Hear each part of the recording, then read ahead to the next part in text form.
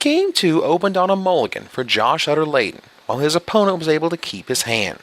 He kept on 6 and opened things off with a wild Nacatl.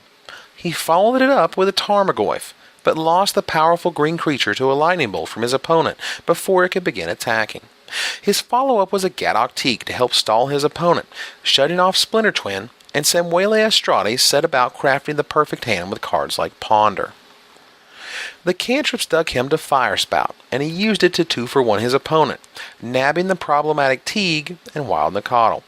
That set Utter-Leyton back significantly. He had no further action on his turn, and had to pass before cracking a Horizon Canopy in hopes of drawing some pressure. For a second turn in a row, he had no creatures and passed, but when his opponent tried a Pestermite at the end of the turn, Josh was ready with Lightning Bolt to kill it. Samuele Estratti seemed to be in firm control of things, but he wasn't within reach of comboing, and any attempt to do so would have to happen in the face of a relatively full grip from his opponent. Why was that bad?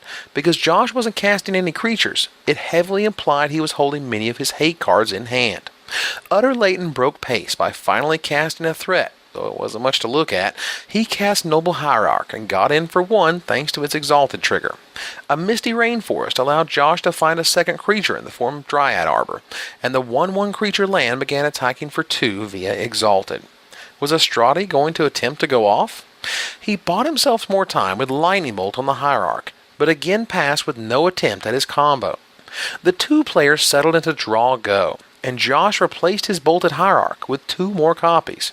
His Dryad Arbor managed to plink Estratti all the way down to 4 life, and Samuele decided it was finally time to go for it. He cast an end-of-turn Pestermite, then untapped and attempted Splinter Twin. His opponent cast Flash Freeze to counter, but Estratti had to spell. A second Flash Freeze met Deprive, and Josh nodded his head. His opponent had the answers, and they were headed to the 3rd game. Samuele Estratti leads 2 games to Josh Utter-Leyton's 0.